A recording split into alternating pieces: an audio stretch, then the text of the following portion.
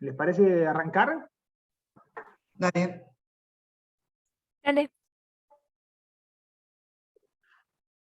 Un último mate, ahí para arrancar con todo. Y arrancamos. Bueno, ¿cómo están? ¿Cómo vienen este nuevo cuatrimestre en la virtualidad? Va, mixto, ¿no? Un poquito y un poquito. Vamos de a poco, dejando un poco atrás la pandemia, ¿no? Sí. Empiezo a compartirles, ya que Raúl ya nos puso para grabar, vamos a empezar. Díganme si lo ven bien. Sí. Sí, se ve perfecto. ¿Se ve perfecto? Bueno, bárbaro. Cualquier cosa, abren el micrófono e interrumpen, no hay ningún problema, ¿sí? Porque si no puedo dejar el chat, pero puedo dejar el chat más chiquitito al costado. Pero bueno, como les digo, cualquier cosa interrumpen y abren micrófonos. Bueno, como les decía, se fueron sumando algunos más. Mi nombre es Juan Pablo, soy docente de la cátedra hace un tiempo, ahora un poquito más alejado, un poquito más dando algunas teóricas, pero por ahí no me ven en la parte práctica. Pero bueno, esta clase hace un tiempo que ya la vengo dando y generalmente es algo que todos conocemos, que todos tenemos a diario, que la mayoría tenemos a diario, y son las instalaciones de gas domiciliarias. Noten que en el título ya tenemos alguna particularidad y es que tratamos a baja presión, es gas a baja presión, y esto tiene que ver con lo que maneja el usuario. Nosotros acá vamos a ver todas las instalaciones de gas, cómo es un proyecto de gas, cómo son los cálculos iniciales, más simples de un proyecto de gas domiciliario, pero bueno, sepan que también de la línea municipal o de la línea oficial hacia afuera, manejamos otras presiones de gas, ¿no? Y bueno, vamos a ir viendo algunas cositas por el estilo. Primero, el fluido que estamos manejando, más allá de lo que vamos a ver y demás, tenemos que saber que, bueno, ¿para qué usamos el gas en el domicilio? Generalmente lo usamos para cocinar, para calefaccionarnos, en algunos otros artefactos como pueden ser los que generan agua caliente, no sé, un termotanque, una caldera. Básicamente son estos los usos del gas a nivel domiciliario. ¿Y por qué es necesario conocer qué artefactos usarlo? Bueno, también es importante saber el gas que tenemos disponible, y no en todos los lugares del país, en principio, pero del mundo también lo podemos ver, tenemos el mismo gas.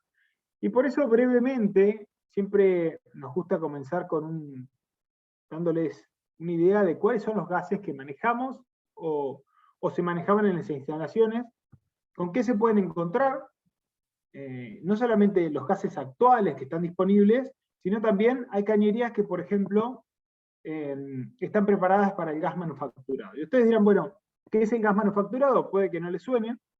El gas manufacturado se usó básicamente hasta 1950, 1945, 1950, y es un gas que todos estos gases son gases combustibles. ¿Qué quieren decir? Primero, que combustionan a raíz de, digamos, con oxígeno, que es el comburente, con este gas combustible, con calor, generan una combustión. Y eso hace que los artefactos a gas funcionen, ¿no? Básicamente. Entonces, como les comentaba, el gas manufacturado fue el primer gas que se usó para uso domiciliario, y era un gas que tiene ciertas particularidades, o tenía ciertas particularidades, y es que depende del carbón, de la destilación del carbón. Ese carbón generalmente se importaba desde Reino Unido, y tiene algunas particularidades que lo dotan como un gas tóxico. Haciendo un poquito de historia, Argentina tiene este gas, o el manejo de uso de gas desde 1820 aproximadamente. En realidad un poquito más 1850. Antes se usaba un gas de hidrógeno, que ya no vamos a encontrarnos, porque ese gas de hidrógeno se usaba básicamente en el alumbrado público, en Plaza de Mayo, fue el primer uso del gas, y después se empezó a usar también para el alumbrado público el gas manufacturado. Fue avanzando, digamos, el desarrollo del consumo del gas, después pasó a no solamente a ser Plaza de Mayo iluminada con gas, sino distintas calles, se fue diversificando en distintas ciudades, las ciudades más grandes del país, hasta que en un momento empezaron a promocionarlo para el domiciliario, ¿no? Había muchas redes y dijeron, bueno, se tiene que expandir, y empezaron a usarlo también en las cocinas industriales sobre todo, a este gas tan particular como es el gas manufacturado, que la particularidad de la composición química lo hace tóxico. Fíjense que tiene hidrógeno, pero tiene, bueno, metano, pero tiene óxidos de carbono. Y estos óxidos de carbono lo dotan de una cierta toxicidad. Entonces el manejo de este gas era ciertamente, digamos, peligroso. Entonces siempre quedaba por mejorar. ¿Hasta cuándo, dirán ustedes, se usó este gas? Bueno, hasta básicamente que se pudo empezar a utilizar los reservorios de gas natural. El gas natural puede venir de los orígenes digamos, de distintos estratos terrestres, básicamente las perforaciones de petróleo. También hay estratos de gas. Se puede ser directamente de estratos de gas intercapas, o también puede ser de una separación del petróleo. Bueno, ¿cuándo se empieza a usar masivamente? Cuando construyen el gasoducto desde el sur, desde Comodoro Rivadavia, hasta las zonas de mayor consumo, obviamente en Buenos Aires. Ahí se empieza a diversificar y a expandir el uso del gas natural. ¿Y por qué se empieza a difundir? Bueno, porque es un gas mucho más noble. Es un gas, primero, que es una mezcla de hidrocarburos. Bueno, como les digo, depende de la formación esta geológica, son hidrocarburos que en su mayoría tienen un porcentaje de metano, que es el primer componente que vemos acá, y que es lo que le da características de combustible, digamos, la mayor característica de combustible. Y después tiene etano, metano, propano, pero ninguno de estos gases lo hace tóxico por sí mismo. Entonces es un gas mucho más noble, y que también lo tenemos acá en ciertos yacimientos. Entonces, acuérdense que el gas manufacturado les dije que se salía, digamos, se sacaba de la destilación básicamente del carbón que lo importábamos. Entonces dijimos, bueno, tenemos yacimientos de gas en el país, es un gas más noble, y empecemos a usarlo. Bueno, hoy la realidad es, por ahí va cambiando, fluctúa bastante, pero básicamente desde ese entonces, desde aproximadamente 1945, 1946, es el primer gasoducto y se expandió y se empezó a usar mayoritariamente gas natural. Este gas natural tiene algunas características que lo pueden hacer peligroso. Digamos, no es tóxico en sí mismo, pero es inoloro, digamos, no tiene olor. Entonces, esto hace que ante una pérdida de gas, el gas no nos va a matar en sí mismo, pero sí va a desplazar el oxígeno que necesitamos para vivir. Entonces, si no tiene olor, no nos damos cuenta de una pérdida, y esto lo puede dotar, como le digo, de la peligrosidad. Entonces, ¿qué pasa? ¿Por qué cuando nosotros sentimos una pérdida de olor a gas, sentimos un olor? Vieron que se siente un olor, hay un olor característico. Se le agrega un odorizante. Eso mismo, se le agrega captanes de azufre, básicamente, es un compuesto de azufre, para que podamos detectar una pérdida. Pero esto es un agregado que se le hace. Bueno, entonces les dije, hasta 1945, 1950 trabajamos sobre todo con gas manufacturado. El gas manufacturado tenía otra característica, y era que tenía cierta humedad. El gas natural es más bien seco. Entonces las instalaciones o las cañerías que vemos de la época, no sé, anterior a 1945, 1950, tienen algunas particularidades, como por ejemplo algún sifón abajo en alguna distribución de los medidores, en algún edificio puede tener algún sifón, y eso que hacía era para que la humedad que podría condensar del gas manufacturado no se acumule y tape la cañería. Bueno, esto lo van a ver por ahí.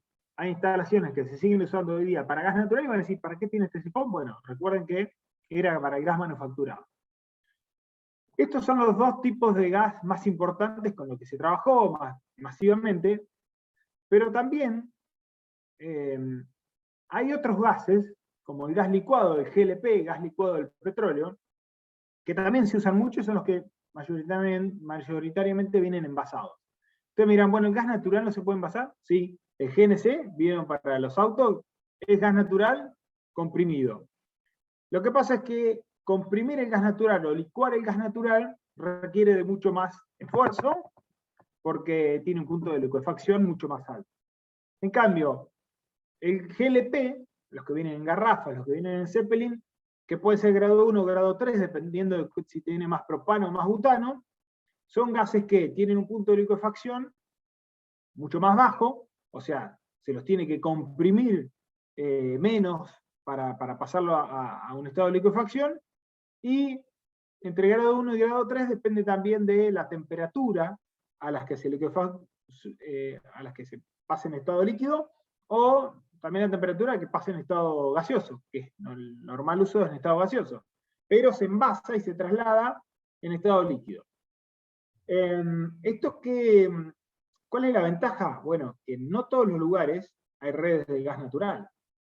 No nos tenemos que ir muy lejos, incluso en las ciudades, para ir a zonas donde no hay redes de gas natural. Esos lugares o usan todo eléctrico, si tienen un buen servicio eléctrico, o usan este tipo de garrafas, de cilindros, que tienen el gas licuado. Este gas licuado es más denso, naturalmente es más denso, y tiene por ende poder calorífico más alto, que son, ya les voy mencionando, una de las características que van a distinguir a estos gases. Después que tenemos el biogás, o el famoso gas de los pantanos que se le llama, que es el de menor uso, pero se está empezando a usar cada vez más, que básicamente es un gas que se emana de la fermentación de residuos. La fermentación, la mayoría de las veces anaeróbica, de residuos orgánicos, animales, vegetales, y donde surge este gas, que obviamente hay que hacerle algún tratamiento, pero se puede usar y tiene un poder calorífico que no es despreciable. Yo siempre les cuento, porque si no, siempre queda como este biogás es, bueno, es algo del futuro. La verdad que hay muchas prácticas de biogás en Argentina. Me ha tocado participar por ejemplo, de usinas eléctricas en Campo de Mayo, que está el relleno sanitario más grande del país, que tienen las montañas, básicamente son montañas de basura, con ciertos tratamientos, ciertos cuidados, no tomen tan literal la palabra montaña, pero básicamente que en la descomposición de esos rellenos sanitarios emanan estos gases, y o se los ventea al aire, o si no se los ventea explota, y literalmente han explotado un montón de rellenos sanitarios, los que no están bien hechos. Lo que hacen es, ponen cañerías verticales que van venteando ese gas. Lo que se hizo en este caso, en 2 de esas montañas, 2 de esos rellenos sanitarios, para hablar con más propiedad, es a esas tuberías verticales se las colecta con tuberías horizontales. Y se las llevan hasta una planta que le sacan unos residuos que se llaman siloxanos, le dan un tratamiento sobre todo de temperatura y los meten en motores generadores eléctricos. Y eso produce energía eléctrica. Bueno, así también hay biodigestores que directamente se meten residuos y se obtiene gas, y hay hasta incluso para cocinas. El manejo del biogás no es tan simple, pero tampoco es tan complejo. Entonces también lo exponemos siempre entre los gases con los que nos podemos encontrar en el manejo de una instalación de gas. Como les dije, ¿cuáles son las diferencias entre estos gases? Bueno, básicamente lo caracterizan la densidad y el poder calorífico. También están los componentes, van a hacer que uno sea tóxico, otro sea no tóxico, pero desplace el oxígeno. Pero básicamente, entre la densidad y el poder calorífico, uno va a hacer que la densidad va a ser, si es menos denso que el aire, por ejemplo, se va a quedar abajo. Va a tender a desplazar el aire y quedarse abajo. O sea, esto siempre lo decimos con el gas manufacturado, con los gases licuados, ven que tienen densidades mayores a 1. Estos gases, incluso el biogás, por ejemplo en sótanos no se pueden usar. No se pueden usar porque las ventanitas generalmente en los sótanos o en las ventilaciones están arriba, ¿vieron? Entonces, si hay una pérdida, el gas se queda abajo, sale el aire, y se acumula y podemos tener un accidente grave. Entonces, por eso están prohibidos usarlos en los subsuelos. En cambio, en el gas natural tiene una densidad de 0,65 kilos por metro cúbico, y el gas manufacturado es menos denso, 0,5. En cuanto a poder calorífico, partimos del gas natural, que es un poco el gas patrón, tiene entre 9.000 y 9.300 calorías por metro cúbico. Si ustedes ven la factura de una distribuidora de gas, no sé, Metrogas, puede ser acá, Camusi, Gasban, bueno, hay un montón, van a ver que los metros cúbicos de consumo los traducen, digamos, tienen que ser metros cúbicos de un gas de 9.300 calorías por metro cúbico. Si en ese mes el gas que me proveyó la distribuidora era de 9.000 calorías por metro cúbico, no sé, supongamos que yo consumí 10 metros cúbicos de 9.000. Bueno, en realidad me van a cobrar el equivalente a 9, algo metros cúbicos de 9.300, porque la calidad del gas que me están cobrando es de 9.300. No. Ya aclaré algo que no tiene mucho sentido, que lo van a ver, pero no hace a esto. Lo importante es ver que el gas natural tiene 9.000 de poder calorífico, que esto hace a, bueno, qué tanta combustión esto, ¿no? El gas manufacturado tiene la mitad, ¿bien? Aproximadamente la mitad, entonces es un gas con una llama menos intensa. Después tenemos a los gases licuados, que como son muy densos, tienen un poder calorífico altísimo. Por ejemplo, ¿vieron las garrafitas que se llevan de campamento? O incluso una garrafa, un cilindro. ¿Vieron que si uno pone una pava, pone una olla o algo ahí, la llama es como mucho más potente? Bueno, tiene que ver con esto, con las calorías por metro cúbico, con el poder calorífico. Y por último ven al biogás, que no es tan despreciable el poder calorífico. Está entre el gas manufacturado y el gas natural. Así que bueno, vale la pena.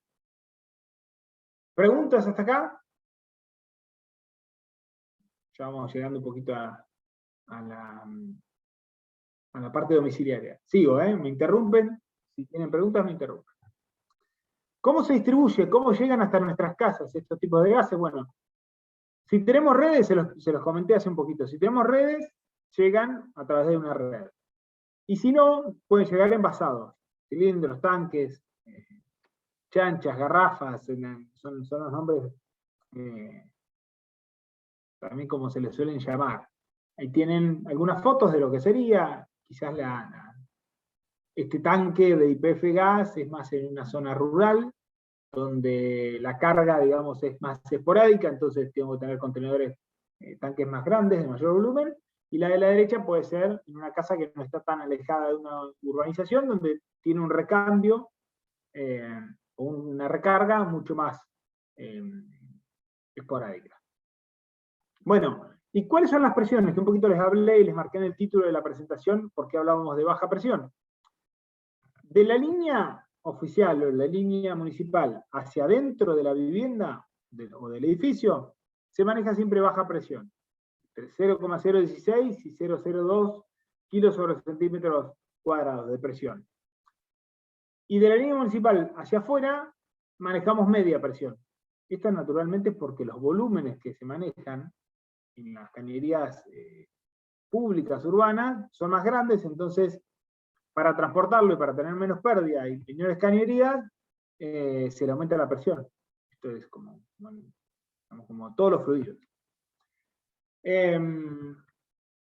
Bueno, esto no fue siempre así. Primero se trabajaba con baja presión en toda la ciudad, después cuando empezó a haber más consumo, es donde se lo dotó de media presión y se redujeron las cañerías, o usando las mismas cañerías podían transportar más metros cúbicos.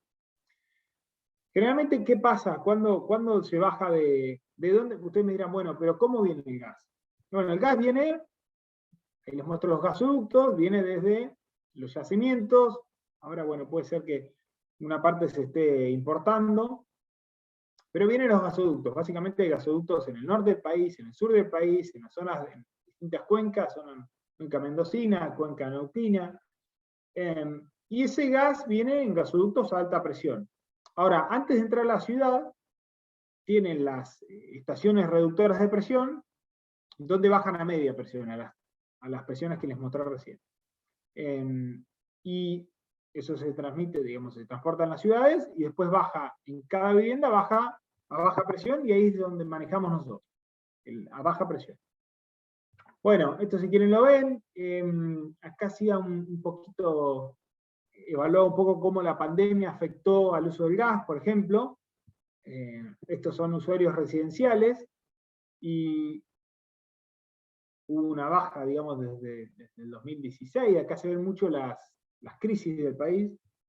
Acá son industriales o comerciales. Vean que en 2020, en plena pandemia, cómo baja el consumo industrial. Bueno, la industria se detuvo bastante.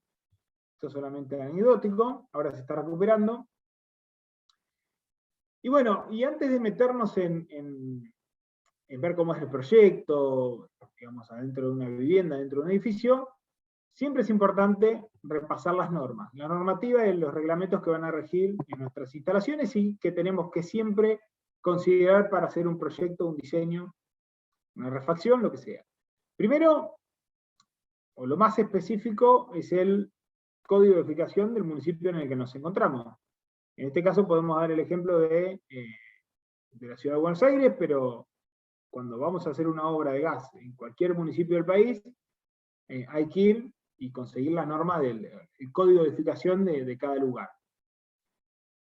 Y bueno, después como normativa madre o como normativa nacional, tenemos al ENARGAS, que recogió las normas de gas del Estado, que son las NAG 200, por ejemplo, esto para instalaciones domiciliarias, van a esto, va a estar en el ENARGAS, yo ahí les dejo el link. Y tiene una serie de normativas. Ahí les dejo también las nuevas resoluciones que van a ir modificando, actualizando. Ven que la primera normativa es hace mucho tiempo y tenemos actualizaciones hasta el 2019. Así que eso hay que saberlo siempre. Ahora, en las diapositivas que siguen, vamos a ir repasando los distintos criterios, pero sepan que casi todo sale de la normativa. Otra normativa es IRAM. Esto más que nada para materiales, para artefactos. Generalmente los códigos de edificación, con las mismas normas de ENARGAS, llaman a normativas IRAM. Dicen, bueno, usted tiene que instalar un artefacto que esté bajo norma IRAM tanto. No sé, el conducto de evacuación de humo que esté bajo norma IRAM tanto. Entonces también hay que tenerlas en cuenta y hay que conocerlas. Y después, bueno, siempre recordar que la instalación es responsabilidad tanto del propietario como del profesional que actúa.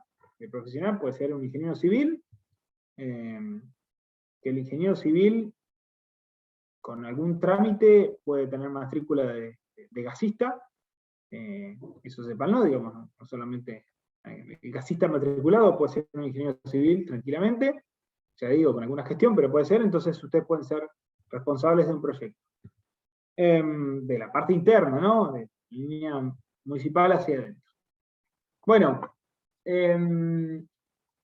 nos metemos de lleno con las distintas partes de una instalación domiciliaria, ¿les parece? ¿Están ahí? ¿Se durmieron o no? Sí, sí. Dale, dale. Sí, estamos acá. ¿Sigo con este ritmo? ¿Bajo un poco? ¿Cómo vienen? No, viene bien. ¿Bien? Viene bien, sí. Acá vamos a ir bastante gráfico con cosas que ustedes, si se ponen a observar en sus viviendas, van a ir detectando.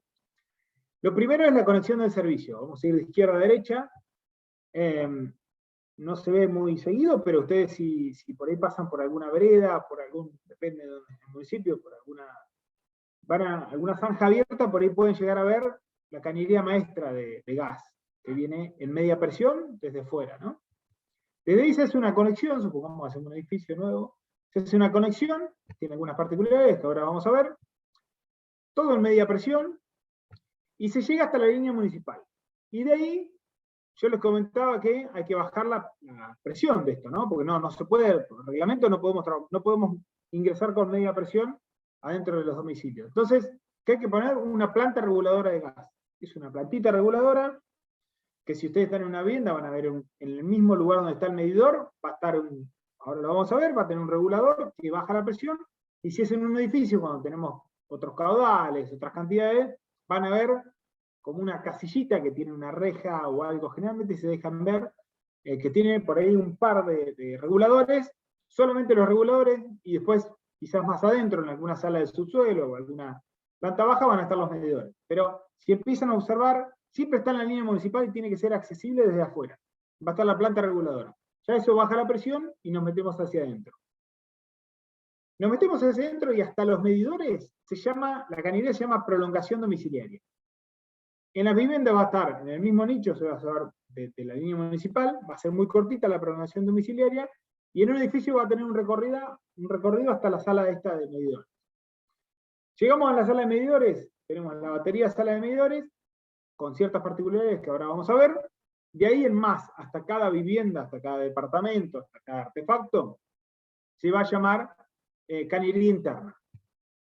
Naturalmente va a llevar menos caudal, van a ser más chicas, todo en baja presión. Y ahí vamos a llegar a los artefactos. Los artefactos también son parte de la instalación y tienen que tener ciertos requisitos. Hay distintos artefactos, algunos los podemos poner en un lado, otros no. Y otro punto muy importante, si no el más importante de todos, es la ventilación. Ya vamos a ver, en este punto, no podemos dejar de prestarle atención a la ventilación, porque acá es uno de los riesgos más grandes y frecuentes de vida humana que nos toca afrontar en las instalaciones, en los proyectos que hacen los ingenieros civiles. Y ustedes me dirán, ¿un puente? ¿Se puede caer un puente? Un puente se cae cada muy tanto y se mueren muy pocas personas. Un edificio. En instalaciones de gas, con pérdida de monóxido de carbono, se muere mucho más gente por año. Y acá me voy a poner un poquito, hay veces que con algunas cosas uno puede ser light y en otras no. En este sentido, hace una semana se murió un amigo de un amigo por asfixia por monóxido de carbono. Chicos, esto no es broma. Te quedás dormido y no te enterás. Esto es lo más importante de esta clase. Usted me dirá, sí, pero sin gas no hay, es lo más importante. Ya lo vamos a ver, hay muchas cosas importantes. Con esto, no es broma, hay que prestarle mucha atención. Tampoco es ciencia ficción, hay que tener ciertos cuidados, pero no se pueden descuidar, valga la redundancia. Bueno, seguimos, no quiero nunca dejar de puntualizar en esto. Ahora vamos a ver lo de las ventilaciones, quédense tranquilos. Les dije, entonces, vamos a empezar desde la cañería maestra, viendo las distintas partes, hasta llegar a los artefactos y las ventilaciones. Primero, desde la cañería maestra hasta la planta reguladora de gas, ¿qué tenemos? Tenemos, todo está bajo norma, bajo reglamento. Entonces tenemos primero la conexión del servicio, donde yo pincho, por así decirlo, la cañería maestra. Donde pincho tengo una válvula de servicio, una cupla aislante, generalmente para que no se transmitan, porque hay muchas cañerías de estas que son metálicas, para que no se transmitan descargas o fugas eléctricas. Voy con una vaina curva, generalmente que se le llama, hasta voy buscando la planta reguladora o el nicho donde está el regulador y el medidor si es una casa. Y ahí tengo la primera llave. Primero tengo una válvula de servicio que esto evita el retroceso del gas. Y después tengo la primera llave. Este es el primer corte de suministro, o la primera manipulación de suministro que puedo tener. Lo puedo manejar yo, lo puede manejar la distribuidora, pero este es el primer corte que tenemos. En aquí arriba, bueno, como yo les decía, les hablaba de prolongación domiciliaria que se llama la cañería, o sea, estrictamente se considera prolongación domiciliaria desde 20 centímetros por de fuera de la línea municipal, como ven acá, hasta los medidores. Todo esto es prolongación domiciliaria. En el medio está la planta reguladora, como les dije. ¿Sí? ¿Qué es la planta reguladora?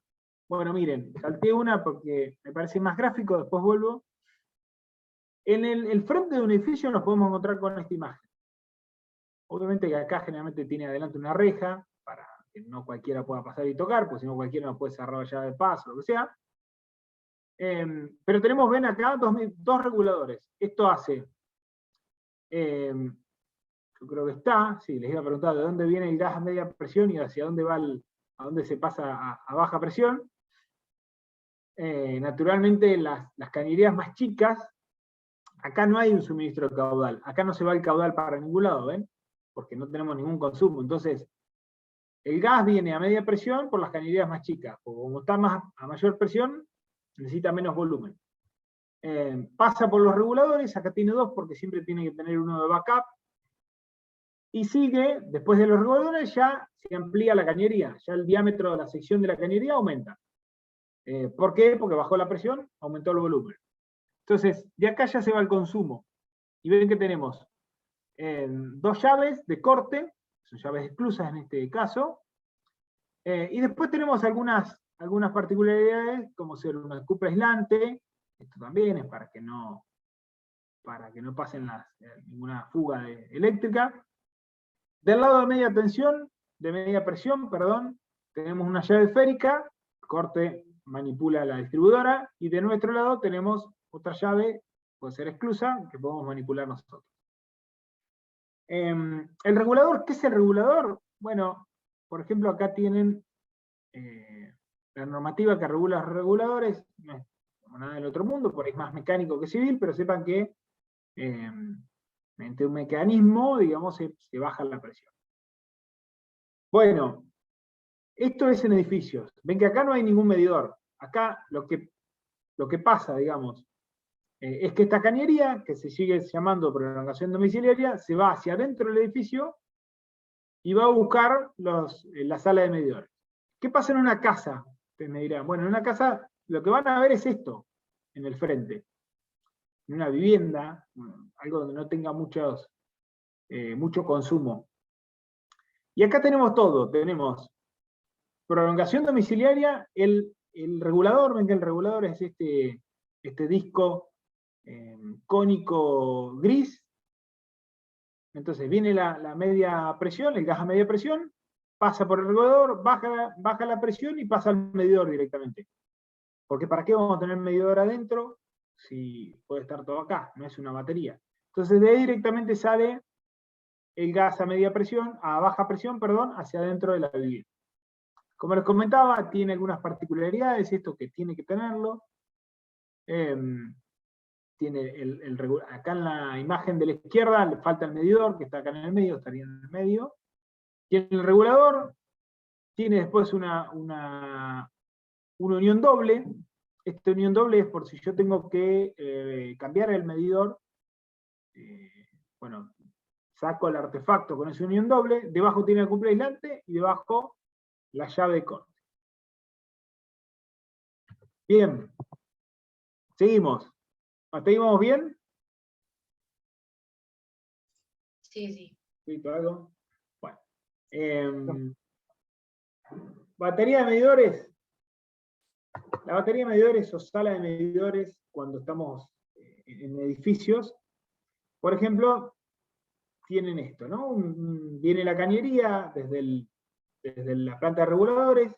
Esto es una provisión en subsuelo, ven que viene desde arriba la cañería. Y tiene 4 barrales. Ustedes miran, ¿por qué 4, no 5, no 6? ¿Por qué esa longitud? Bueno, esto es porque está todo reglamentado en las distancias, porque ahí tienen que entrar la persona que pasa todos los meses de la distribuidora y ver los medidores. Porque acá le cobra según el consumo, el gas se cobra según el consumo, a diferencia del agua. Entonces, ven que acá tiene, por ejemplo, un sifón, acá abajo. Bueno, esto es una cañería que está desde la época del gas manufacturado. Ven que acá tiene un sifón y acá tiene una válvula. Entonces el condensado que se formaba se desagotaba por acá, se drenaba por acá. Bueno, y acá a la derecha tenemos una provisión de una sala de medidores en planta baja. Lo mismo, acá no tiene sifón, pero también tiene 3 medidores, está todas las distancias reglamentadas. No mucho más que comentar. Acá ven una foto de lo que puede ser un caso real. Ven que viene, acá, no se pierdan con las cañerías, acá viene la parte, digamos, desde la planta de reguladores, desde la derecha, porque acá no hay cambio de presión, entonces es solo caudal. Las diferencias en las cañerías es caudal. Entonces viene en la cañería mayor con el caudal total, y después se va ramificando en los distintos medidores, y ya desde los medidores sale hacia cada vivienda y pasa a llamarse cañería interna. Hasta los medidores se llamaba prolongación domiciliaria, recuerden. Y de los medidores hacia los artefactos se llama cañería interna. Generalmente la cañería, la prolongación domiciliaria se trata de que sea digamos, en lugares accesibles para todos, en halls, en parias de los edificios. Puede ir suspendido, pero también puede ir bajo, digamos, enterrado en trincheras, pero tiene que ser accesible por cualquier cosa que pueda llegar a pasar. Obviamente vamos a tener, obviamente se da la pendiente hacia la calle siempre, de un 1%, un poquito más. Y quería pasar a los medidores, pero antes de pasar a los medidores, les explico los materiales de las cañerías. ¿Cómo son los materiales? Van a ver básicamente dos tipos de materiales. Los que son metálicos y los que son plásticos. Los que son metálicos son los que se usaban normalmente y los que se siguen usando por ahí en media presión todavía. Pueden ser hierro negro, hierro zincado, que tienen revestimientos, se les solía poner una cinta de poligar, una cinta de PVC, van a ver algunos negros que también es un recubrimiento, y las uniones obviamente son roscadas o electrofusionadas, pueden ser. Esas son las uniones de los metálicos, de las cañerías metálicas. También pueden tener recubrimientos de epoxi, van a ver que hay cañerías metálicas de gas que se las suele pintar con epoxi, generalmente identificadas con un color amarillo o naranja, pero es el color de las cañerías de gas. Y después tenemos los plásticos, que los plásticos son los que más se están usando, sobre todo para cañerías internas, que en realidad de afuera son plásticos, pero adentro tienen un alma de acero. Y el plástico de afuera es polietileno. Es el famoso cañería de termofusión, que se llama. Van a tener una charla donde les van a mostrar, creo que sí, Industria Saladillo va a venir y les va a mostrar. Creo que este año se ofrecieron también a dar una charla, nos que hagamos propaganda, es los que se ofrecen a venir a dar las charlas. Y estos materiales plásticos, o plásticos con alma de acero, se pueden unir con termofusión, por ejemplo. La termofusión, como la palabra le indica, digamos, es con temperatura, y la electrofusión es con pasaje de electrones de electricidad que también hace que se fusione. A la cañería siempre se le hace, cuando terminamos la instalación, siempre se le hace una prueba de hermeticidad. En la parte de baja presión se prueba, por ejemplo, durante 15 minutos se inyecta algún fluido a 0,2 kilos por metro cúbico, por centímetro cúbico de presión, durante 15 minutos y se prueba. Bueno, si no pierde, está aprobada. Y cuando trabajamos en medias, trabajamos con 4 kilos de presión. Ahí les dejo la normativa de qué es lo que regula el roscado, qué es lo que regula la soldadura eléctrica, que generalmente se usa para media presión, los recubrimientos, los materiales. Básicamente esto es muy parecido tanto para la prolongación domiciliaria como para la cañería interna. Bueno, y seguimos avanzando. Vimos la conexión de la vía pública, la planta reguladora, la prolongación domiciliaria y llegamos hasta la sala de medidores. Si bien vimos recién una foto, le faltaban los medidores, básicamente se pueden encontrar con esto. Los medidores también están reglamentados, por ejemplo el más común es un medidor para un consumo de 10 metros cúbicos por hora, lo más normal, y tiene una llave de paso candado, que es, pues, digamos, reglamentariamente tiene un precinto, porque después tiene que ser inviolable, porque iba a tomar la medición la distribuidora. Y bueno, y después se va hacia la cañería interna. Básicamente, ¿qué características tienen que tener la sala de medidores? Bueno, tiene que tener paredes y piso digamos, revestidos, con cemento, lo que sea, pero no puede ser piso de tierra. Tiene que tener ventilaciones cruzadas, como ven, tanto en la puerta como en el techo tiene que tener ventilaciones, porque siempre hay algún tipo de pérdidas menores, entonces una ventilación cruzada, permanente. No pueden ser rejillas que se abren y se cierran, sino que se puedan tapar, tienen que estar abiertas siempre, una circulación de aire siempre. Las dimensiones, bueno, tiene que tener 1 metro de ancho mínimo para que una persona pueda ir y medir con tranquilidad. Lo mismo los barrales que les dije, hasta una altura. tiene que tener una luz que sea combustible, el interruptor del lado afuera. Si nos encontramos en una sala de máquina y no puede estar pegada a una sala eléctrica, sino que tiene que tener una cámara, son ciertas particularidades que tenemos que tener en cuenta a la hora de armar una sala de máquina. No sé, ubicar y diseñar una sala de medidores de gas. ¿Qué pasa con la cañería interna y los materiales? Es básicamente lo mismo, tiene algunas particularidades que acá es imposible manejarnos todo en zonas accesibles para todo el mundo, en un edificio, sino que hay que ingresar a las viviendas, se puede hacer por contrapiso, generalmente, y una parte después va por pared. Antes de llegar al artefacto tenemos que tener las llaves de paso, de cuarto de rosca, uniones dobles antes de los materiales. A ver si yo tenía una foto acá, por ejemplo, perdón, una foto no, una imagen acá abajo a la derecha, ven que viene la cañería maestra, esto es una vivienda, ingresa con la conexión, después está la prolongación domiciliaria hasta el medidor, perdón, y de ahí sale la cañería interna, a los artefactos, ¿ven? Antes de cada artefacto tenemos una llave, y en el artefacto tenemos una unión doble, así siempre para desconectar. Vuelvo. Esto es lo que tiene una cañería interna. No tiene mayores secretos, también la pendiente se trata de que sea hacia el medidor. Si es bajo tierra, la tapada debería ser mayor a 30 centímetros por encima. Y las pruebas son, obviamente se prueba esto en baja presión, también durante 15 minutos, se usa un fluido, puede ser hasta agua. ¿Ven cómo son los anclajes cuando van en pared? Acá tenemos una foto abajo a la derecha, de una cañería plástica, y arriba, no veo bien, pero pareciera ser por el color una cañería metálica con recubrimiento de epoxi. Bueno, hasta ahí estamos. Llegamos hasta los artefactos.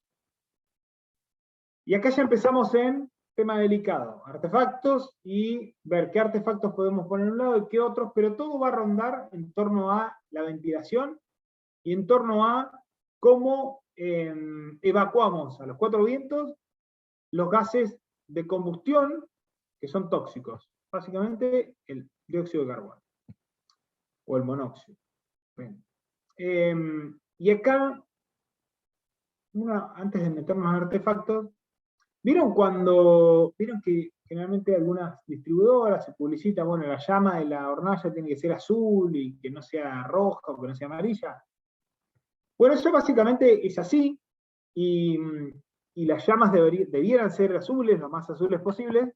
Que sean azules quiere decir que la combustión se está dando de forma completa.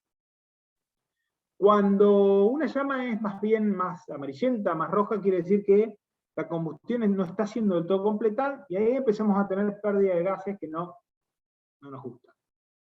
Entonces, no les digo que va a ser inmediato eso, pero cuando empiecen a ver que un artefacto tiene llama amarilla o más oscura y no es azul, no se guíen cuando prenden un calefactor por primera vez, porque cuando uno prende un calefactor por primera vez, generalmente tiene polvo, entonces se quema eso, y por ahí eso es lo que hace la llama, más oscurito, más amarilla. Pero cuando ya tiene un artefacto y lo ven, tiene dos que la llama no está bien, y traten de llamar a un gasista matriculado para que lo revise, para que revise el artefacto, a ver si no puede tener algún desperfecto que hace que no se está dando la combustión completa. Eso, una deficiencia que no es de proyecto, sino más bien de uso. Ahora nos vamos al proyecto, y empezamos a separar qué tipo de artefactos tenemos. Bueno, los tipos de artefactos se van a dividir entre las ventilaciones que tengan, básicamente. Tenemos por un lado el gas combustible, que entra a la cámara de combustión. Tenemos oxígeno, que lo puede tomar del mismo ambiente o de afuera. Y después tenemos calor, para que se produzca la combustión. El piloto, ¿vieron el piloto de algunos equipos? Eso es una llama que aporta el calor a ese triángulo de combustión. Entonces, la división está entre los artefactos de cámara abierta y cámara estanca. Ustedes se preguntarán cuáles son cuáles. Bueno, empecemos por lo de cámara estanca, que está bien claro cuáles son. ¿Vieron por ejemplo, el ejemplo más claro son los calefactores de tiro balanceado? ¿Qué son los calefactores de tiro balanceado, las estufas de tiro balanceado? Aquellas estufas que tienen un caño, básicamente, que sale al exterior. Por una pared exterior sale al exterior. Van a ver desde afuera, van a ver como unas rejillas metálicas grandes, digamos negras, que sale, pero ¿qué sucede ahí? Bueno, como está este dibujo de acá arriba. Siempre que trato de tocarlo se me va, pero a ver si yo puedo dibujar acá. Sí. Esto acá arriba, ¿ven? Esto. ¿Qué pasa acá?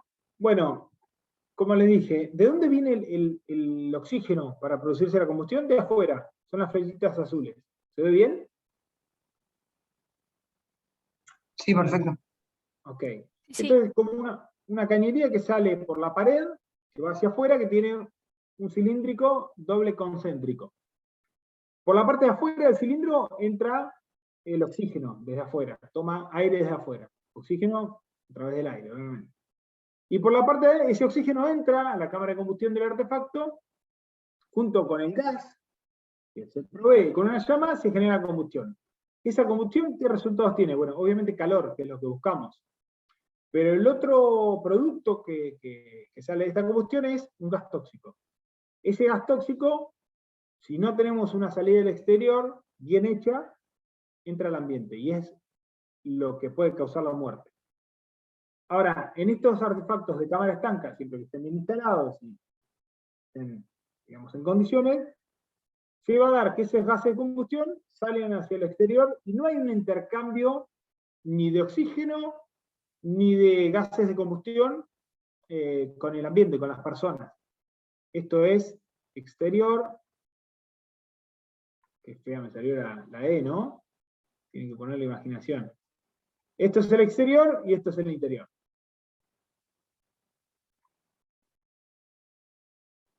Entonces, el intercambio se da, digamos, entre el interior del artefacto y el exterior del ambiente, o sea, la calle. Para dentro del local, de la habitación, no hay más que calor. Entonces, estos artefactos se los llama como cámara estanca. Estanca para con la habitación en la que se encuentran las personas. Ahora, ¿cuáles son los otros, dirán ustedes? Los de cámara abierta, que se llaman. Y ahí tenemos dos. Si cualquier artefacto puede tener al menos uno de esos dos gases de intercambio con el ambiente en el cual nos encontramos, se denomina cámara abierta. Por ejemplo, un caso en los que intercambia con el mismo ambiente los dos gases es en un calefactor que no sea de tiro balanceado, que no tenga salida al exterior. Ese calefactor, para producir la combustión, toma el mismo aire u oxígeno del ambiente, el que estamos respirando nosotros, lo toma, con el gas hace la combustión y con el calor, con el piloto hace la combustión. ¿Y qué sale como resultado? Calor y monóxido de carbono. Ese monóxido de carbono viene a nuestro ambiente. Y es aquí lo peligroso. No solamente nos quita el oxígeno, que lo necesita para la combustión, sino que nos aporta dióxido de carbono. Esto es una combinación letal. Y letal es literal, letal. Produce la muerte. Y pasan, les diría que decenas o cientos de muertes cada invierno por este problema. Esto se produce en estos artefactos, en las pantallas, ¿vieron esas pantallas que están contra la pared, que son como incandescentes? Eso también, digamos, no hay un conducto que saque al exterior, no, nada, todo del ambiente. Después en el medio, ¿qué tenemos? Bueno, por ejemplo las cocinas de las hornallas, las cocinas lo mismo, no tienen salida al exterior. Todo es desde el ambiente, por eso prohibido calefaccionar con cocinas, con las hornallas, prohibido. Prohibido calefaccionar con un horno, prohibidísimo. En el medio hay otros artefactos, que son peligrosos sí, pero que no tanto. Como por ejemplo, en el medio acá, un termotanque, o un calefón. Esto tiene un solo intercambio, que es el oxígeno que toman del ambiente, de la habitación, de la cocina, del lavadero, donde esté. Toma el oxígeno, saca un poco de oxígeno, pero si está bien hecho el conducto, sacan los gases tóxicos hacia el exterior. Esto, si está bien hecho, es si está bien construido, si está bien dimensionado, o sea, si tiene la sección adecuada, si el recorrido está bien hecho. ¿Por qué? Porque si tengo un recorrido horizontal muy grande, el aire, digamos, los productos de combustión no salen por ahí, salen por la misma cámara de donde entra el oxígeno. Y tiene que rematar a los 4 vientos. No sirve que remate en un patio interno, en un patio de un jardín de invierno, no, tiene que rematar a los 4 vientos.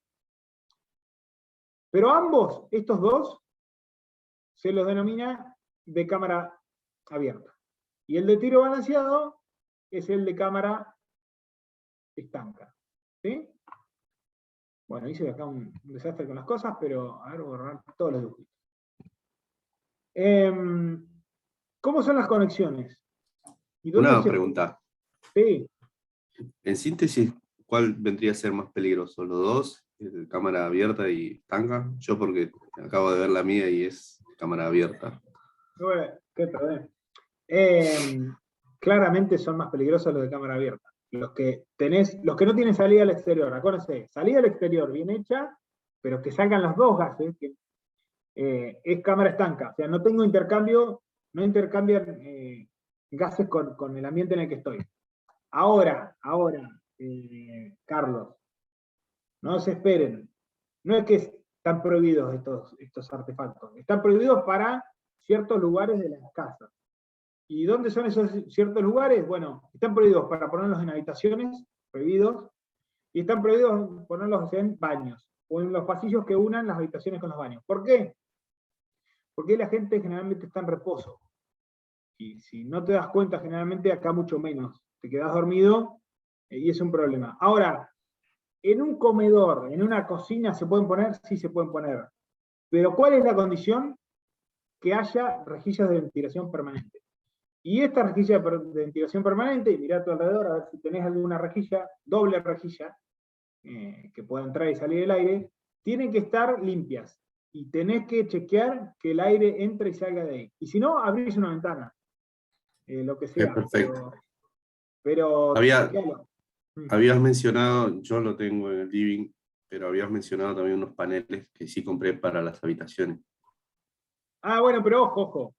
Los paneles, hay distintos paneles. ¿Es eléctrico el panel? ¿El que te Sí. compraste? Bueno, eso Sí. no, eso no tiene combustión, eso no tiene gases. Está bien. Los paneles son, en la facultad había, ya ahora lo sacaron, pero había, son como unas pantallas que se suelen poner arriba que se ponen al rojo vivo las pantallas esas. Son a gas. Claro. Esas son unas pantallas que, bueno, que ahora se ven poco, afortunadamente, pero se solían ver. Si es eléctrico, no hay intercambio de gases, no hay problema. Pero sí presten atención a la ventilación. Y en las cocinas también, ¿eh? La cocina de cocinar, también la hornalla, por eso tienen... No, acá acá en el edificio este hubo un problema antes de que yo me mudara y ¿Sí? creo que denunciaron algo de gas y vinieron y comenzaron a hacer cambios, abrieron esas rejillas que estás hablando, comenzaron a poner a todos los departamentos y los termotanques los bajaron del nivel que estaban, o sea, estaban a media altura, los bajaron a nivel del piso, la gran mayoría, no, fue un tiempo... Tiempo largo. Sí. Bueno, uno se preocupa porque si se sabe que cuando hay una pérdida de gas se denuncia que está bien, pero hay que hacer las dos cosas, llamar a un matriculado para atacar el problema y después también denunciarse para que corte. Generalmente la denuncia es para que corten el suministro de gas desde Enor, desde Metrogas o desde Camusi, la distribuidora que sea. Uno siempre se agarra la cabeza porque dice, me cortaron el gas, son meses, o sea, el promedio da meses, 3, 4 meses sin gas, pero realmente es un peligro. Entonces, inmediatamente, si vemos que sentimos olor a gas, o que la llama está de un color amarillento, o que no tenemos estas rejillas permanentes, urgente, contactar a un matriculado, o ustedes mismos se ponen a verlo, pero toman cartas en el asunto porque es peligroso. ¿Sí? Muchas gracias. Por favor. Bueno, después son las conexiones a los artefactos, por ejemplo la cocina, si bien no se puede mover la cocina, porque tenemos gas y si uno lo mueve una cocina puede generar una pérdida ahí en la cañería, van a ver que pueden tener la norma permite hasta un flexible, muy cortito, no es aconsejable, pero bueno.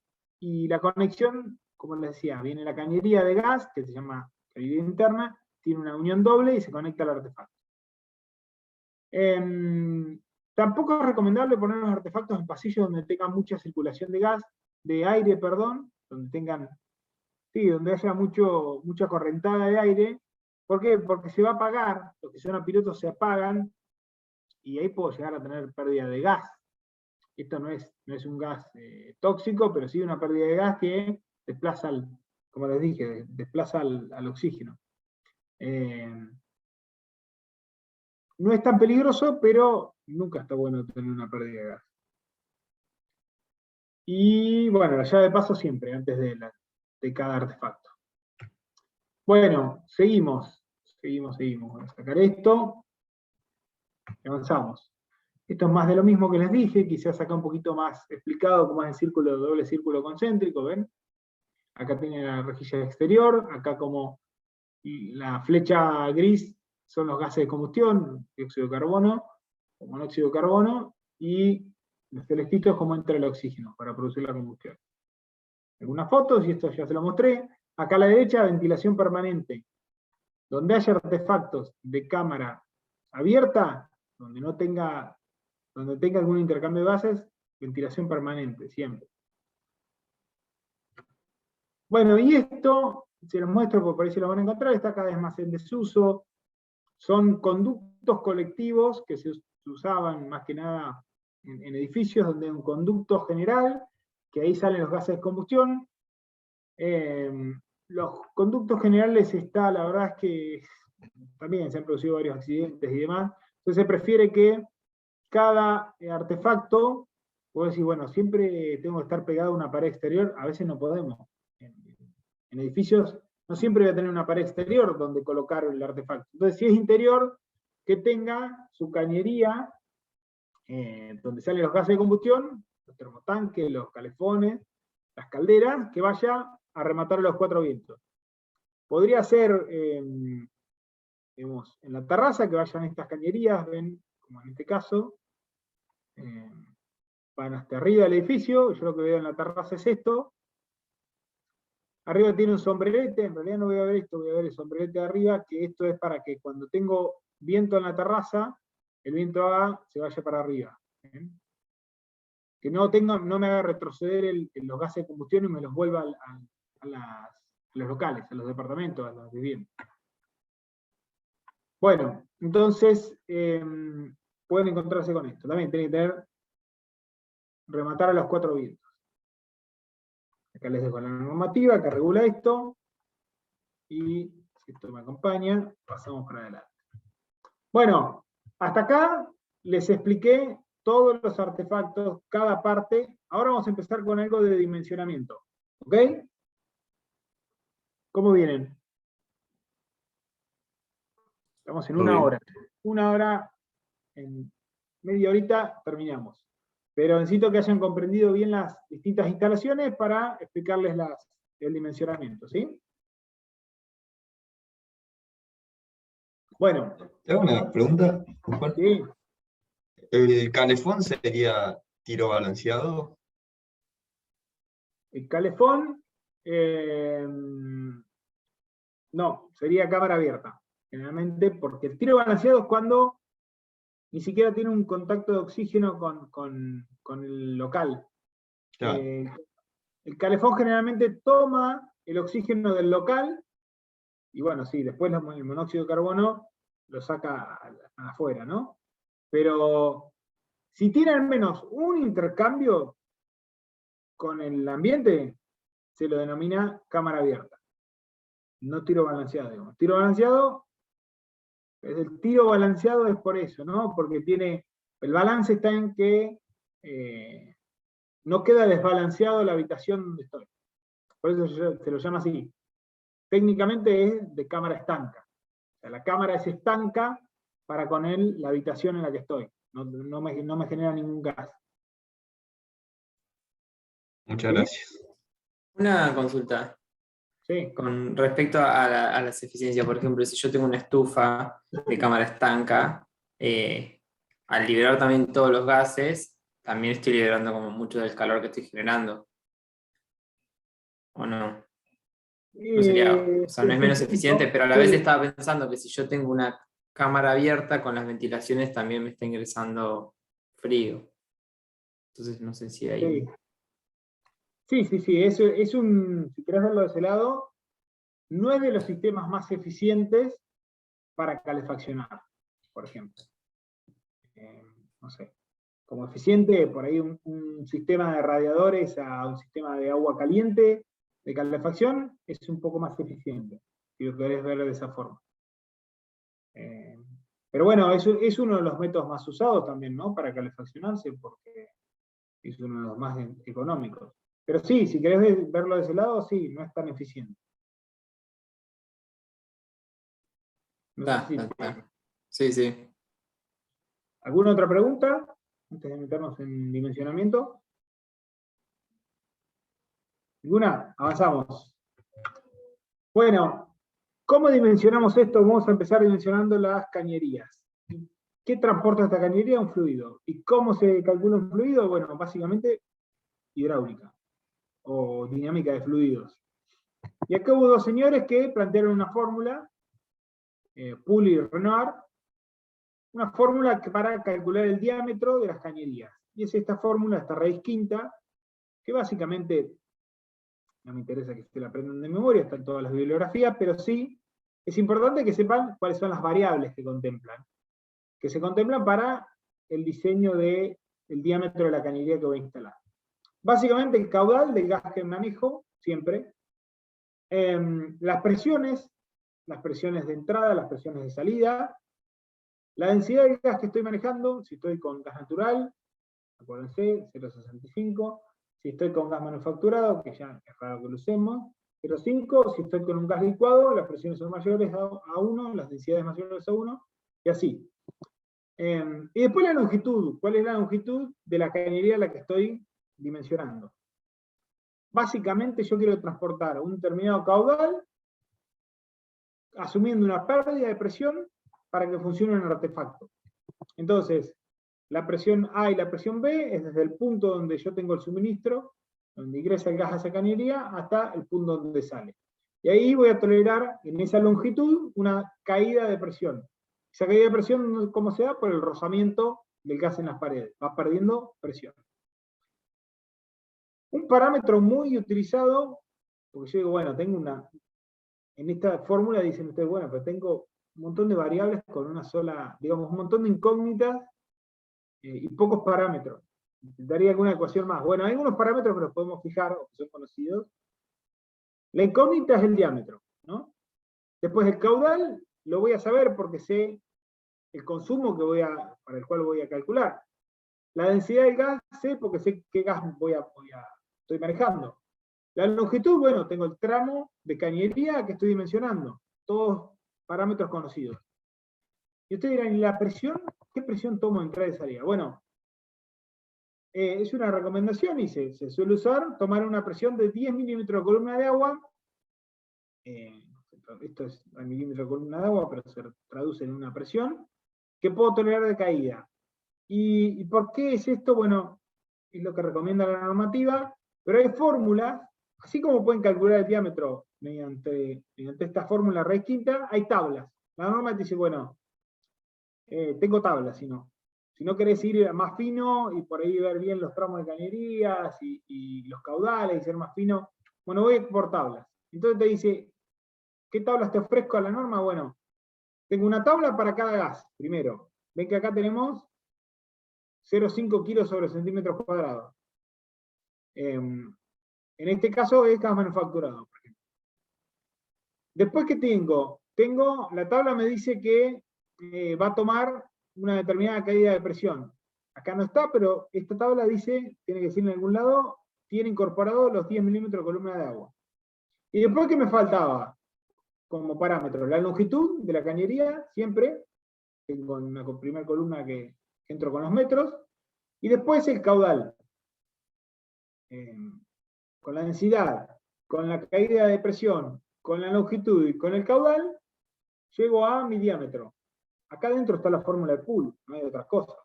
Lo que pasa es que tengo diámetros. Si yo quiero ser más fino y calcular 1,20 m, o quiero calcular, no sé, un caudal de 104, en este caso de metros cúbicos por hora, voy a la fórmula porque voy a ser más fino. Una licitación grande, por ejemplo, que haga una instalación de gas para un colegio, para un sanatorio, para un hospital, lo que sea, y no voy, si quiero ganar la licitación o ser fino con los costos, con los números, voy a usar la fórmula.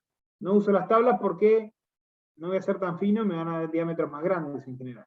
Pero se puede usar tranquilamente para predimensionamiento, las fórmulas estas, las tablas estas, perdón, y entro por la longitud, ubico el caudal que me estoy manejando y saco el diámetro. ¿ven?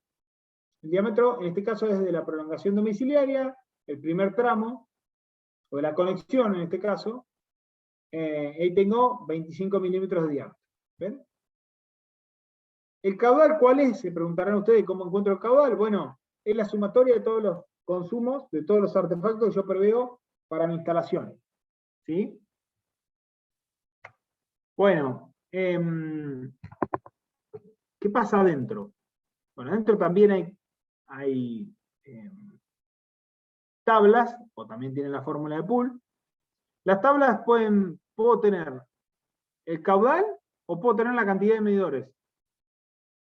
Cuando yo estoy calculando un tramo que vaya a determinados medidores, un medidor supone un determinado caudal. Generalmente 10 metros cúbicos por hora es lo que supone un determinado medidor. Entonces yo digo, bueno, si tengo un medidor es lo mismo que tener un caudal de hasta 10 metros cúbicos por hora. Entonces es una cosa o lo otro, es indirecto. Y después voy a la longitud, ven que acá en la tabla tengo la longitud, arriba en la primera fila de la prolongación domiciliaria, y voy a buscar el diámetro de la cañería en la que estoy. Pero vamos un poquito más despacio. Ustedes son la era de más despacio cerebrito de los Simpsons. No es ninguna ciencia tampoco, pero suele prestar confusión con esto. ¿Qué longitud tomo? ¿Qué caudal tomo? Depende, yo les decía, depende del tramo en el que se encuentra. Tenemos la planta reguladora y yo quiero calcular todas las cañerías adentro. Hasta los medidores. O sea, es todo prolongación domiciliaria. Y bueno, quiero calcular la cañería, primero arranco por la más grande, desde A hasta B, desde la planta reguladora hasta B. Para tomar esa cañería, ¿qué caudal tomo primero? ¿Quién se anima a decir? ¿Qué caudal tomo?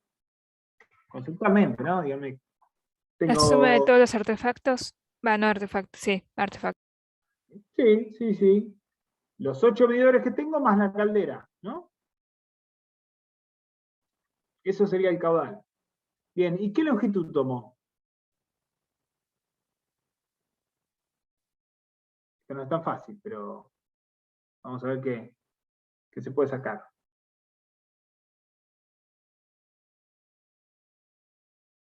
¿Sugerencias? ¿Alguno que se anime?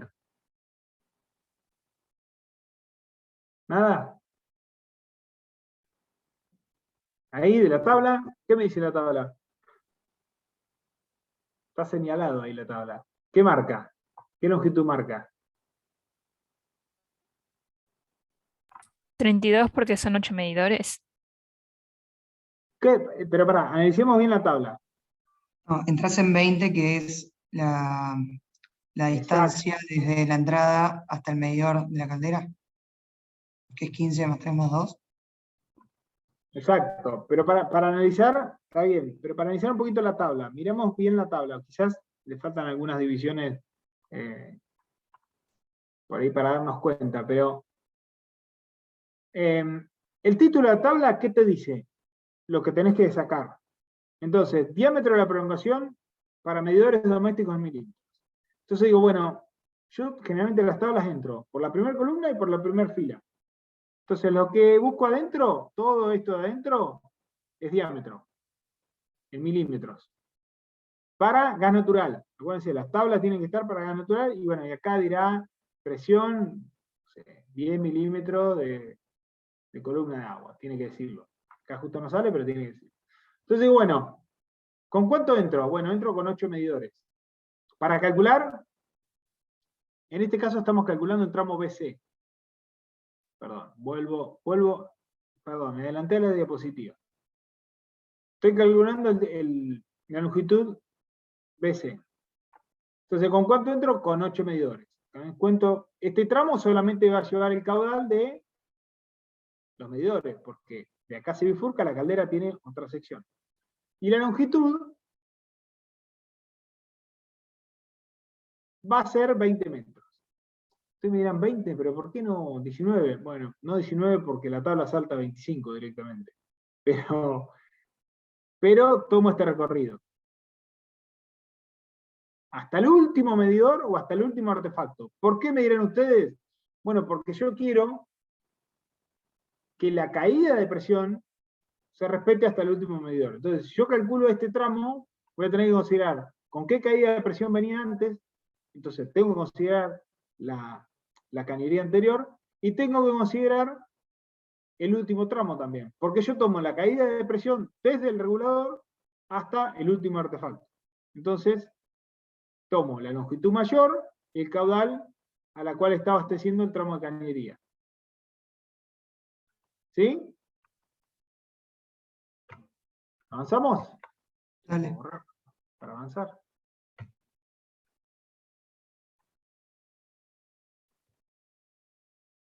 Ahora sí. Bueno, saqué el caudal de medidores. Como les dije, calculamos eso. Bueno, el diámetro de cañerías AB y BD. AB, ahora sí, vamos a este primer tramo de cañería. Este color no es muy feliz, ¿no? No me termina de convencer. Bueno. Yo no sé si se ve bien. Pero este tramo, volvemos a lo que les decía, ya fíjense el título. Caudal en litros, me dice el título. Ok, entonces yo lo que me voy a encontrar adentro de la tabla son caudales. Caudales. Fíjense, acá sí ya aparece. ¿Qué tabla estoy encontrando? 10 milímetros. ¿De qué gas? Gas natural. Que es lo mismo que esto, ¿no? Densidad. Lo único que responde es el gas natural. Y bueno, ¿cómo entro a esta tabla para calcular el tramo de cañería de A hasta B? Entro primero con el caudal. ¿Cuál caudal? Bueno, ahí creo que me habían contestado. Como es el primer tramo de cañería, y esto va a tener que tener el gas de todos los artefactos, tomo de todos. De los 8 medidores y de la caldera. ¿Sí? Ese es el caudal. Bueno, lo voy a buscar acá el caudal, adentro. ¿Qué longitud tomo?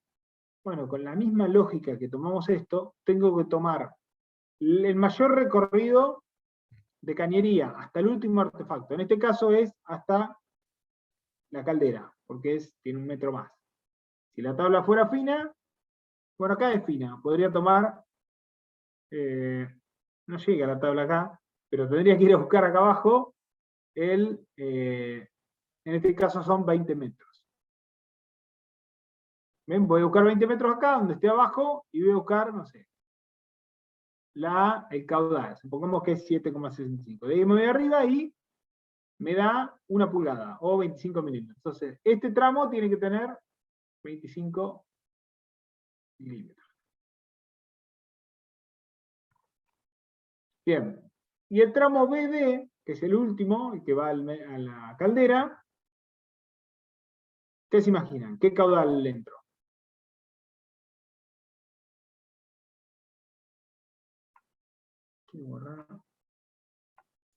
Solo de la caldera. Solo de la caldera. Muy bien. No. Esto, esperen que tomo. ¿Dónde está el lapicito? Acá.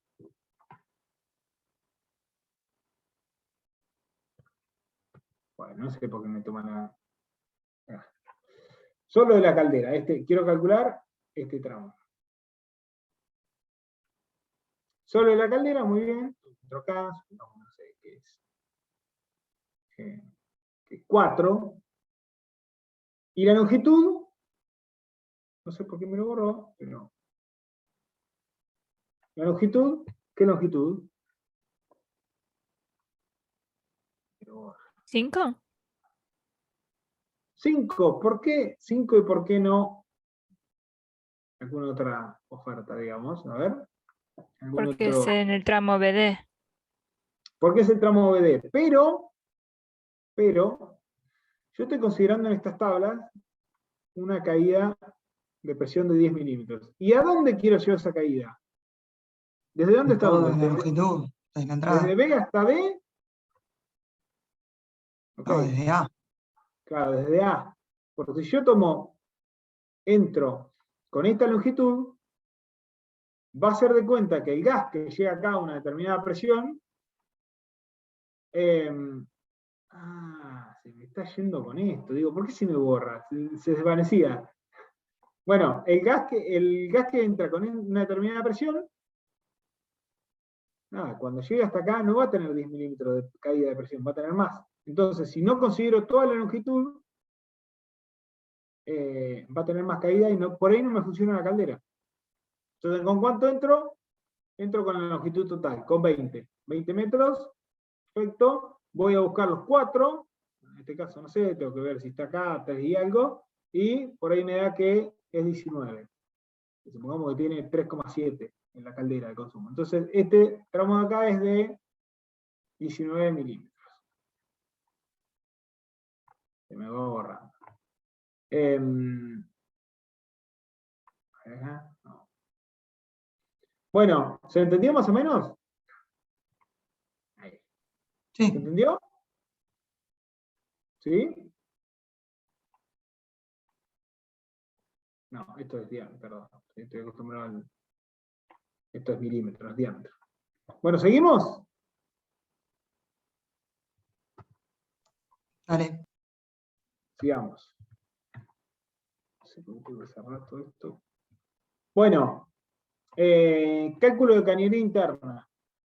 Dimos por asumido los caudales, ¿no? O dijimos, bueno, el caudal depende de la cantidad de artefactos o depende de los medidores. Pero cuando yo me voy a la cañería interna, tengo que empezar a afinar un poquito. Bueno, ¿qué esta cañería? ¿Qué abastezco? ¿Una cocina? Ok. ¿Qué abastezco? ¿Un calefón? ¿Un artefacto? ¿Una estufa?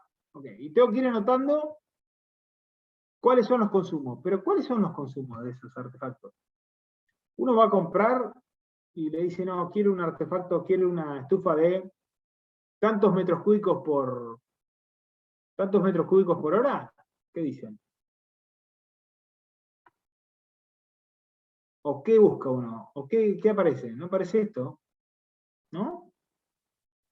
Cuando uno va a ver la ficha técnica, un catálogo, aparece generalmente las kilocalorías por hora. Entonces yo para llevarlo a metros cúbicos, ¿sí? ¿Me creen cuando yo le digo esto? Sí. Sí. Para yo llevarlo a metros cúbicos a caudal, tengo que dividir esto, matemáticamente cambiar de unidades, por las kilocalorías por metro cúbico. ¿Qué es esto? Es el rendimiento, el poder calorífico que tiene el gas con el que estoy tratando. Si trato con gas natural es 9300. ¿Sí? O si son kilocalorías, 9,3 por metro cúbico. Hay que ver las unidades. Entonces yo ahí transformé potencia, que es con lo que me venden el artefacto, en metros cúbicos. Entonces ahí ya tengo los metros cúbicos de todas las... Acá hay una tablita que les dejo para que vean los típicos de la potencia de los artefactos. Bueno, ahí ya tengo el caudal. Y acá el ejercicio es muy parecido a lo que les comenté. Tengo que ver los tramos, acá están hechos. Si yo entro acá desde el medidor, en la cañería interna, quiero abastecer el primer tramo, ¿cómo lo calculo? Si quiero ir hasta la cocina, ¿cómo lo calculo? Tiene la misma lógica anterior. Puedo entrar a las tablas con el caudal y la longitud. ¿Qué tablas? Bueno, acuérdense que tienen que ser tablas que tengan tengo que prestar atención al gas natural, al tipo de gas, perdón, y a la caída que presuponga. Generalmente 10 milímetros, pero no dejen de chequearlo. Y acá lo mismo, entro con la longitud, caudal, busco el caudal y me voy a el diámetro, básicamente. Acá aparece un factor nuevo, ¿no? Factor de simultaneidad. ¿Y esto por qué? Porque cuando nosotros calculábamos todos los artefactos, vamos sumando caudales, ¿no? Decimos, bueno, esta cañería que va a abastecer a este artefacto, si yo lo sumo directamente, es como si todos pudieran funcionar al mismo tiempo a máxima potencia, ¿no? Y bueno, ahí es donde interviene el factor de simultaneidad. Generalmente para viviendas donde tengo gas natural, calculo con factor de simultaneidad 1, presuponiendo que todos los artefactos van a estar funcionando al mismo tiempo a máxima potencia. ¿Se puede dar? Sí, pocas veces sí, pero la cañería tiene que estar diseñada para ese máximo. En cambio, cuando me vaya a manejar con caudales, bueno, ya al final lo vamos a ver, pero con... esperen que... Esto que borrar. Cuando ya vamos a ver que al final, cuando trabajemos con gas licuado, para sacar los volúmenes que yo voy a poder almacenar, voy a considerar un factor de simultaneidad menor a 1, ¿no? Pues si no tengo recipientes muy grandes. Pero antes de llegar ahí, la cañería interna, no hablamos de... hablamos de longitudes, digamos, geométricas anteriormente. Pero ¿qué pasa en las válvulas, en los codos? Usted me va a decir, ¿no tengo pérdidas ahí? Bueno, si uno no calcula, no le suma diámetros, o no le suma alguna longitud a las tablas, digamos, si no entra con una longitud un poquito mayor a la geométrica, se está olvidando que tenía pérdidas puntuales en las cañerías. Y acá, la norma que nos dice, según el artefacto, según un codo, una curva, una válvula, dice, bueno, para considerar la pérdida acá, sumale a la longitud geométrica X diámetros. No sé, ven que por ejemplo una válvula globo tiene una pérdida gigante, 333 diámetros. También un codo 45 dice sumale 14 diámetros. Bueno, entonces yo entro con, esto es iterativo, como verán, porque yo voy a buscar el diámetro. Digo, bueno, pero pará, ¿cómo sé yo? Si yo tengo que entrar por el diámetro, bueno, es iterativo. Comienzo con un diámetro, le sumo, entro, vamos a hacer un ejemplo, no sé, tengo 10 metros hasta un artefacto, pero en el medio tengo 2 codos a 90. Entonces digo, bueno, más o menos cuánto caudal considero. Bueno, supongo que voy a tener una cañería de 19 milímetros, ¿no? Supongo, entro con 19 milímetros. Yo digo, bueno, a esos 10 metros le sumo 30 por 19 milímetros y entro con 3 por 2, son 6, son 60 centímetros que le sumo, ¿digo bien? Sí, 60 centímetros, entro con 10,6, acá, supónganse que está 10,6. Entonces voy y busco el caudal. ¿Qué caudal tengo? ¿Qué sé yo? 6 tengo de caudal. Perdón, justo hice el ejemplo menos favorable. Digo, bueno, ¿qué caudal tengo? 12 tengo de caudal. Ok. Y digo, ¿cuánto me da? 25. Hice mala cuenta, porque yo presupuse que era una cañería de 19. Vuelvo. Entonces, ¿qué agarro? Vuelvo con 25. Y bueno, tenía una longitud de 10 metros. Ahora, como puede ser 25, hago 25 por 30. Bueno, con 25 por 30 se lo sumo a 10 y vuelvo acá. Bueno, me va a dar, no sé, 10, algo, 11. Y vuelvo. En la tabla busco el caudal que tenía, y si vuelvo a caer en 25, está bien. Presupuse bien, me quedo ahí. ¿Sí? ¿Me siguen hasta ahí? Perfecto. Bien. Bueno, y acá les dejo una tabla de ventilaciones, estas rejillas que les hablaba que tienen que ser obligatorias. Acá, y depende del artefacto, depende del lugar. Una rejilla mínima de 10 por 10, de 15 por 15, son los centímetros cuadrados que tengo que dejar de forma permanente. Y por último, un bonus track, algunos cálculos del gas licuado, del GLP. Básicamente, cómo se calcula el tanque, cómo calculo yo cuánto voy a tener que almacenar. O mejor dicho, empecemos por las partes que tiene, para ver un poquito qué partes tienen. Bueno, les dije que lo acumulábamos en cilindros. En ese cilindro tengo un líquido dentro, un gas licuado. ¿Cómo se transforma en gas? Bueno, ¿por qué es tan líquido? Porque está con una determinada presión a una temperatura ambiente. Esto va en nichos que tienen que ir generalmente en paredes donde ven las puertas hacia afuera, por eso tienen las rejas de ventilación, porque siempre puede haber pérdidas, ¿ven? En las puertas. Y como están a temperatura ambiente, ¿cómo se gasifica eso? Bueno, perdiendo presión. Entonces tiene unas válvulas, ¿ven? Tiene unas válvulas acá, un regulador en este caso, donde sale y baja la presión y se transforma en gas. Tiene acá unas llaves, donde yo trabajo con una generalmente, y la otra está acá. Entonces, una vez que salen, baja la presión, se transforma en gas, y va hacia la cañería interna.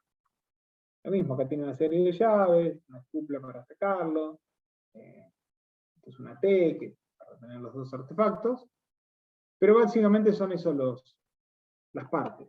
Esto, si quieren ver más detalles, tienen la normativa IRAM, acá, perdón, la de Enargas, la NG 200, y pueden encontrar estas garrafas, estos cilindros o estos tanques. Entonces, ¿cómo calculo yo el caudal del recipiente? Digo, bueno, ¿cuántos recipientes pongo? ¿Cuántos cilindros? ¿Cuántas garrafas? ¿Cuánto pongo? Bueno, eso lo pueden... ¿De qué depende? Bueno, alguno me dirá, bueno, depende, yo sumo todos los artefactos, como me enseñaste. No tan simple. ¿Por qué? Porque yo con los artefactos voy a tener un caudal, voy a llegar al caudal que necesito, la demanda que necesito. Les dije que ese caudal, ¿sumo todos? Bueno, por lo menos dudo, ¿no? Porque acá tengo una determinada capacidad. En las redes yo no tengo una capacidad límite, una capacidad finita.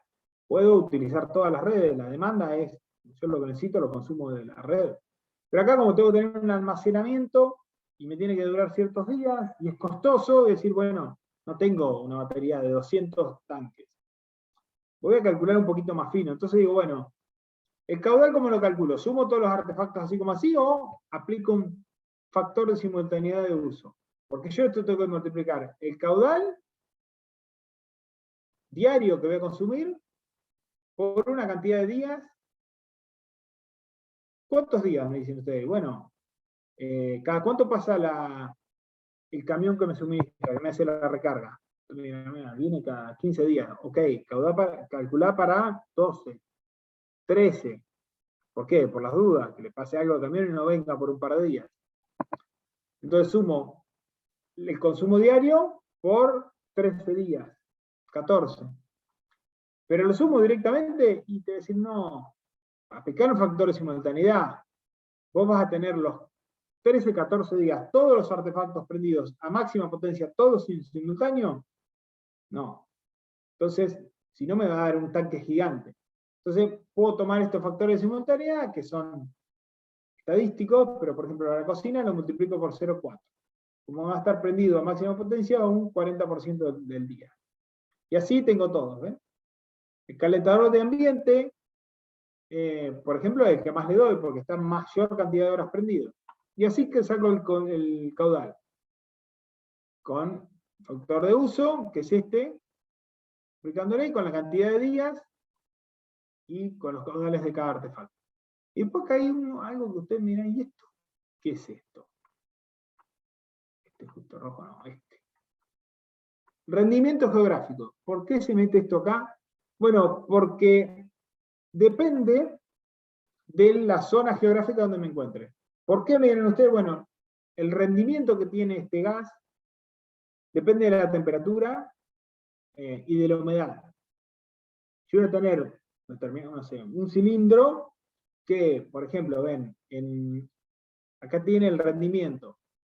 En la zona A, donde tengo temperaturas mínimas, fíjense que el consumo que abastece por cilindro, en este caso, por cilindro en régimen continuo, son 6.000 calorías por hora. Es el rendimiento que tiene un cilindro, en donde en ciudades que tengan una temperatura media de 10 grados, bajo cero, mucho frío, tengo 6.000 kilocalorías por hora. Ahora, en cambio, en una zona más de mayor temperatura, donde tengo mayor temperatura y menor humedad, y se va casi al doble. Entonces no es lo mismo.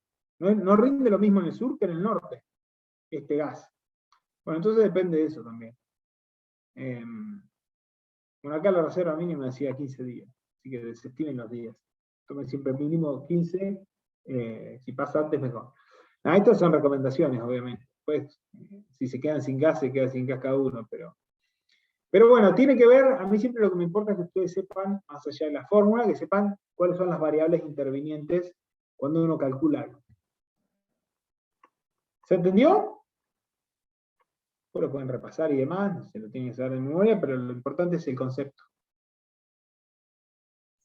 Perfecto. Bien, con esto creo que terminamos. A ver si hay, bueno, acá tienen ya para ir introduciendo un poco al trabajo práctico. Este es uno de los trabajos prácticos que está resuelto, que ustedes van a tener que, entiendo que exponerlo. Pueden fijarse en lo que tienen resuelto. Es un proyecto de un edificio donde tiene una parte de un edificio con un artefacto, otra parte del edificio con otro artefacto, distintas ventilaciones. Van a tener que leerlo, estudiarlo y después dar una presentación, que entiendo que cada grupo tiene un tema. Uno tocará esto, algunos les tocará eléctricas, algunos les tocará aire acondicionado, algunos paneles radiantes, y cada uno va presentando, pero sepan que es importante que lean y que entiendan cómo se calcula una instalación. Hay un edificio que es de lo más completo, pero bueno, estudienlo y van a tener que hacer las presentaciones. Esta es toda la clase por hoy. Tuvimos casi un poquito más de 1 hora y media. Ahora tendríamos que hacer el parcialito. ¿Quieren tomarse unos minutos o lo hacemos directamente? No, directo. Directo, Sí, ¿no? directamente. Bueno, a ver, déjenme que lo habilitamos. ¿Todos pueden acceder al parcialito? ¿Quieren poner las cámaras? Así no me siento tan solo. La verdad que hay que sostener la vocación, con estos 2 años de pandemia. Por lo menos dar clase de esta forma a mí me desmotiva bastante, pero bueno. Díganme cuando puedan acceder.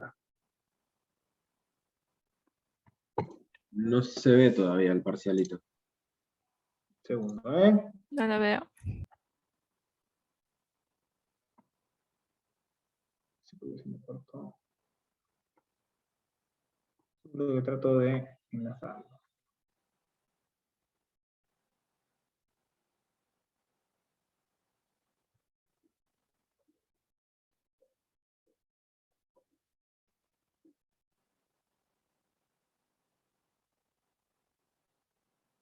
Igual están yendo, ¿no? Están yendo a la facultad, a las prácticas, ¿cierto? Sí, sí, los martes. ¿Y cómo es esa vuelta? ¿Les gusta o no les gusta? Trágica. ¿Cómo? ¿Cuál fue la palabra? Trágica. Trágica. ¿Por qué trágica? No es el caso de las prácticas de instalaciones, pero en otras materias básicamente vas a sentarte en la facultad a tener frío, calor o lo que sea y que te lean un PowerPoint, lo cual podrías hacer tranquilamente desde tu casa, como hacen muchos. En fin, Bueno, depende de la materia, no son todos iguales, obviamente. obviamente que hay preferencias, pero sí, sí. Hay pros y contras. Bueno, a ver, esperen. ¿Ya pueden ver el parcialito? Sí, ahora Sí, sí. ahí sí. Sí. Sí, ahí sí. Bien, ¿pueden empezar? Vamos, Necesitamos la Dije contraseña. ¿La contraseña? necesitamos una contraseña, ¿no?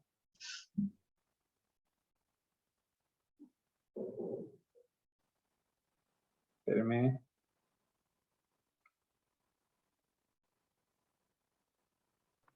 Ahí la escribí en el chat, Juan, la contraseña. Regulador la contraseña. Gracias, Martín. Prueben, a ver.